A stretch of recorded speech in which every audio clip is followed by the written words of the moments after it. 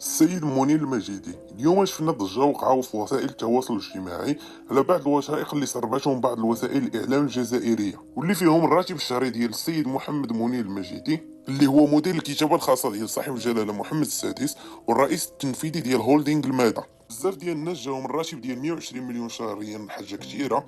الوغ كو في مجال اداره الاعمال حاجه جد عاديه، ونقدر نقول لك انها قليله في حق المدراء التنفيذيين. فشركه المادا هي اكسيونير برينسيبال ديال مجموعه من الشركات في المغرب، اذا هو تتلقاه مترأس المكتب التنفيذي ديال هاد الشركات الكاملين، الحاجه اللي كبيره واللي كثيره وتتطلب خبره كبيره.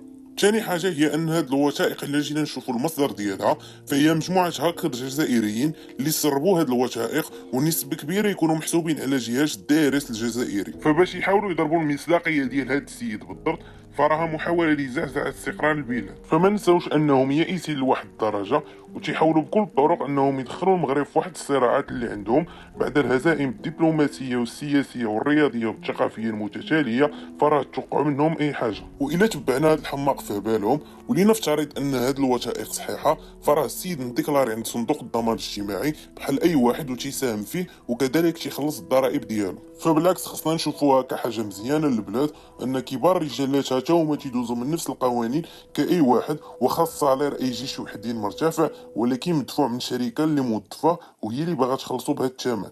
واكثر من ذلك فراه كاينين شركات خاصه اللي تيخلصوا اكثر من هذا الشيء مدراء التنفيذيين ديالهم. ما نبقاوش نهضروا على اي حاجه، تنجلسوا نحللوها ونشوفوا كاع المعطيات، وبالنسبه ليا فاي حاجه تجي من هادوك خاصها اعاده النظر.